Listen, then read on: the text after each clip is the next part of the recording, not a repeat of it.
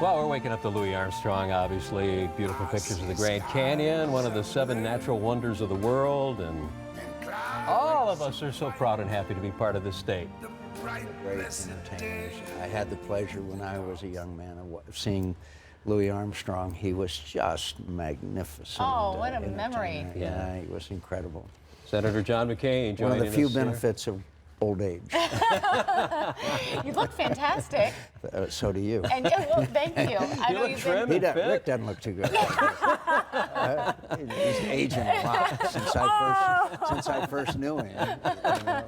You've been doing a lot of traveling, obviously. No clean living. Yeah, I've been We've been traveling. watching you travel all over the. Yeah. Been all over the traveling country. all over. And just one brief story. I was in Iowa campaigning for our candidate for the Senate there, a great candidate. Her name is Joni Ernst. She was a National Guard colonel. But make a long story short, we'd hit 8 places.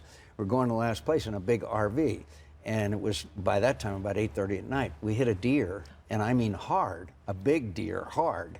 And it went through the grill of we had to stop and get another car and everything like that. We were just talking about this earlier today with the deer and elk and how Anyway, common it is. It was the first time that's ever happened to me in all the campaigning. But There's the story. as we were talking off camera, this is going to be some of the closest races I have ever seen in my political lifetime. There is at least six or seven, as many as 8 races that are within margin of error. So I think we're going to be up late on election night. Are you talking primarily about the Senate campaigns? Yes. Yeah. Yes. About 6 or 8 of those are going to be. We're going to be up late. Here in Arizona, we've got some very exciting races. Obviously, Doug Ducey, Right. Mark Brnovich, I have known for a long time. I'm a great supporter of his. One of the problems I think we're seeing nationally is a lack of enthusiasm, which means that there is going to be low turnout, which means then it is even more unpredictable. Do you think the lack of enthusiasm comes because voters, don't per se side with one side or the other? They don't feel confident with anyone? I think it's because they don't like President Obama, and his approval ratings are very low, particularly in some of these contested states, but they also want Republicans to tell them what we're for. And I am a proud Republican. I'm so proud of our candidates this time, which has given us competitive, but we've got to give the American people an agenda. And if we get the majority, we're going to have to start passing legislation and showing people we can govern, so then we'll be able to elect a president, Republican president in 2016. It will not be John McCain. He's lost enough.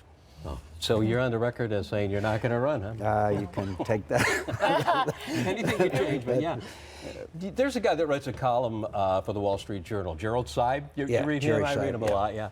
And he says that if one political party controls both houses of Congress and the opposing political party controls the executive branch, they have a tendency to get things done. Yes, that was certainly true with Bill Clinton back when we had a sweep, and Newt Gingrich and Bob Dole. And I believe that, but it depends on the president. Bill Clinton was a deal maker. He and I had our differences. But after they lost both houses, he sat down, he called them over, and we did welfare reform, some tax reform, a number of things. So if we gain the Senate, and I am not predicting, because I predicted in 12 and 10 that we would, so I'm not this time, but I believe we will, then we would have to sit down with the president. We can't give the American people 2 more years of gridlock. There's too many things going on. Sure. Look, national security-wise, things are worse than I've ever seen it in my life. And there's got to be some changes made in the way we're conducting national security policy. America is more at risk now than at any time since the end of the Cold War. You know, as far as national security is concerned, recently we had a police officer, a law enforcement official in Sacramento who was gunned down by an illegal alien who... Two police officers were killed. Yeah. And one of which... Twice that illegal immigrant had been There's the suspect captured. right there. I think one was deported and sent back to Mexico by Sheriff Joe. And they come back. The We border can is a secure, very Rick, we important have issue. to secure our border. We can do it with technology. Technology that was developed in Iraq and Afghanistan. I know our time is short, but we can do it. I know the technology, I've seen it. It's got to do with drones, it's got to do with towers, it's got to do with the capabilities we developed in Iraq and Afghanistan. And unfortunately, the president may be doing something that gives basically citizenship to people by executive order. That harms dramatically our ability to work together on comprehensive immigration reform. And Marco Rubio and Jeff Flake and I just yesterday wrote to the president and said, don't do it. Nationally, I would agree that it is still a serious concern.